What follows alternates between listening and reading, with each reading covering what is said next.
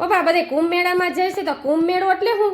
કુંભ મેળાનું તો એવું છે બેટા, માધ્યમ તો બહુ ઊંચું છે, જેથી કરીને વર્ષોથી હજારો વર્ષો પહેલા જેથી શિવજીએ બ્રહ્મા વિષ્ણુ અને દેવલોકો દેવતાઓ તમામને એક એવો અસુર હતા, એને કંઈક શ્રાપ દીધો, બધાને અંદર ખોડકાતી ગયા.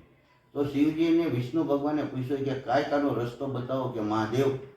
એટલે મહાદેવ એનો રસ્તો બતાવ્યો કે જેથી કરીને તમે જો આ સંગમની અંદર પ્રયાગની અંદર તમે જાઓ અને એની અંદર સ્નાન કરશો તો આ તમારા શરીરનું અંદર બધું થઈ જાય. એટલે ભગવાન વિષ્ણુને પણ થયું હતું, બ્રહ્માજીને પણ એવું થયું હતું અને ગણપતિને થયું હતું. હરેક વસ્તુને દેવલોકો, ઇન્દ્રદેવ, ચંદ્રદેવ, સૂર્યદેવ બધાને થયું હતું. એ બધા સ્નાન કરવા ગયા હતા. સાધુ સંતો ઋષિમુનિઓ એ સમયના બ્રાહ્મણો બધા ગયા હતા અને એ સમયના માણસો બધા સ્નાન કરવા હારે ગયા અને એને સ્નાન કર્યું, જેથી કરી શરીરની અંદર તમામ એ રોગ હતો એનો નાશ થઈ ગયો. એટલે એ કુંભ મેળાનું માધ્યમ તો બહુ ઊંચું છે. અને અત્યારે તો શિવ શક્તિની સિરિયલ આવે છે, જેથી કરીને શિવ કોણ છે અને શક્તિ કોણ છે એનું પણ આપણે વિચારવું જોઈએ. અને એ જોવો તો તમને અંદર થોડુંક આગળ તમને ઇતિહાસ મળે, જેથી કરીને આગળ મળે એટલે તમે જુઓ. સિરિયલો તમારે જોવો ભલે, પણ આ શિવ શક્તિની સિરિયલ જોવો તો એમાં બહુ જોયા જેવું છે. શિવ શક્તિ આગળ છે, શિવજી શું કરે છે, માં શક્તિ કેવું કામ કરે છે એ પણ બતાવે છે બધું. એટલે અને અસુરના નાશ કરે છે, કયો અસુર થયા છે. કારણ કે ભગવાનને તો જો પૃથ્વી લોકને માન દેવું પડે, અસુરને માન દેવું પડે અને ઇન્દ્રલોકને માન દેવું પડે, સ્વર્ગમાં એને માન દેવું પડે. અને આ તો દેવનો દેવ મહાદેવ, કાળનો કાળ મહાકાળ છે.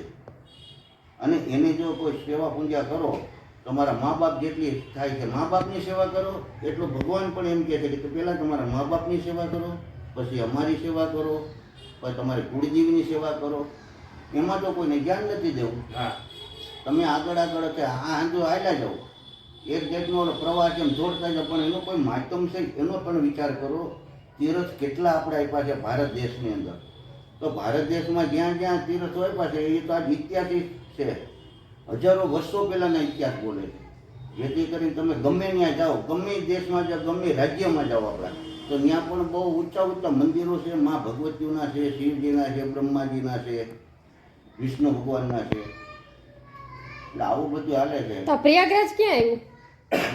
એ પ્રયાગરાજ તો આપણે છે ને અલ્હાબાદમાં કહેવાય છે. અત્યારે એ પ્રયાગરાજ કહેવાય. ત્યાં ગંગા, જમુના, સરસ્વતીનું ત્રિવેણી છે. એટલે એના જૂનામાં નામ છે અલ્હાબાદ. અલ્હાબાદની અંદર એ પ્રયાગરાજ કહેવાય છે. પણ ભગવાન જ્યારે રામચંદ્ર જે વખતમાં એ પ્રયાગરાજ કહેવાતું. એટલે ત્યાં એ સમયની અંદર ભીલનું રાજ હતું મોટું, સમજ્યા. એટલે ત્યાં ભગવાન જ્યારે વનમાં ગયા ત્યારે ત્યાંથી પ્રયાગ થઈને ગયા હતા. એટલે પ્રયાગરાજ કહેવાય, પણ નામ અત્યારે અલ્હાબાદ છે. અને એની બાજુમાં આપણે ત્રિવેણી સંગમ છે, એટલે પ્રયાગ કહેવાય છે. અને એમાં નાવાથી ને એમ કહે છે કે બધાય પાપનો નાશ થાય છે. પાપનો નાશ થાય છે, હંદર પાપનો નાશ થાય છે. ગંગા, જમુના, સરસ્વતી મોટામાં મોટી પવિત્ર નદી, અતિમાં અતિ નદીઓ થઈ અને એનું ત્યાં સંગમ થાય. પણ એ પાપનો નાશ થાય, પણ એમાં એવું કહેવામાં આવે છે કે તમે જાણતા અજાણતા થયા હોય ને એ તમે હાથે કરીને પાપ કર્યા હોય એ નાશ ન થાય. એ તો નો જ થાય ને. આજે ભૂલમાં થયા હોય એ પાપ નાશ થાય. એ આપણાથી જાણ્યા અજાણ્યા હાલ્યા જતા હોય, જીવ જંતુ આપણાથી જાણ્યા અજાણ્યાથી મરી ગયું હોય, કોઈ આપણામાં કસરાઈ ગયું હોય, કોઈ આપણે ખેતી કામ કરતા એમાં કસરાઈ ગયું હોય, કોઈ આપણે ટ્રેક્ટર વાળતો એમાં કોઈ કસરાય, એ પાપનો નાશ થાય છે.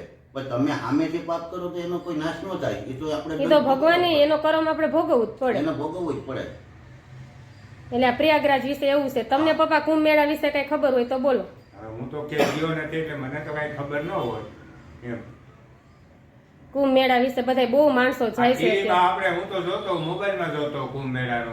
બહુ માણસો દેશ વિદેશથી આવ્યા છે, વિદેશોથી આવ્યા છે, સંતો ભક્તો બહુ આવ્યા છે, ફિલ્મ કલાકારો, એક્ટિંગો બધા આવે છે. પણ જે સંન્યાસી લઈ લીધો. હા, અત્યારે બેન દીકરીએ જાજે સંન્યાસ લીધા છે. પણ જે સંતો છે ને, અસલ સંતો કહેવાય ને, એ અત્યારે આની અંદર આવે છે. શિવરાત્રીમાં આવે છે. અમારે જ્યાં જ્યાં આવા કુંભ મેળા થાય છે, જો અહીંયા પ્રયાગ થાય છે, પછી આપણે નાસિક થાય છે ગોદાવરીને કાંઠે, પછી આપણે અહીંયા અરે આપણે નમીને આપણે ઓમકાલેશ્વર ત્યાં પણ થાય છે.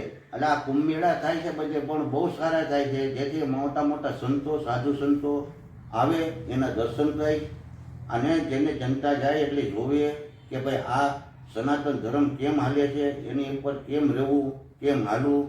અત્યારના સમયમાં તો જો ભાઈ હવની રીતે હવ હાલે છે, પણ જૂના જે છે એ સનાતન ધર્મ સાચવીને બેઠા. હમણાં આપણે આવશે આપણા જુનાગઢમાં શિવરાત્રીનો મેળો. આથી એમાં એ થાય છે જે સંતો ત્યાં છે, મોટા મોટા સંતો ને સાધુ સંતો બધા જે છે એ મહાન પુરુષ છે, એ આપણે અહીંયા આવી છે. અહીંયા આવશે. હા, અને એ પણ એવી જ રેવડી આપણે અહીંયાની કે સંતો મહાત્માની. સંતો તો આપણા દેશની અંદર છે, તો આપણો બધું ભારત દેશ આગળ છે. સનાતન દેશ કહેવાય ને આપણો. હા, આપણો દેશ આગળ છે, એટલે સનાતન દેશ આપણો આગળ છે. અને સંતો છે મહાન કહેવાય. એ સમયમાં હજારો વર્ષો પહેલા એ સંતો જ હતા, કારણ કે તે ઋષિ મુનિ હતા. અત્યારે આપણે સંતો બધા થયા, બધા એક જ છે. અને અમારે જુનાગઢમાં 2 થાય, એક પરિક્રમા થાય અને એક આ શિવરાત્રીનો મેળો. મેળો થાય એ આપણે ભવનાથ મહાદેવ છે ને ત્યાંથી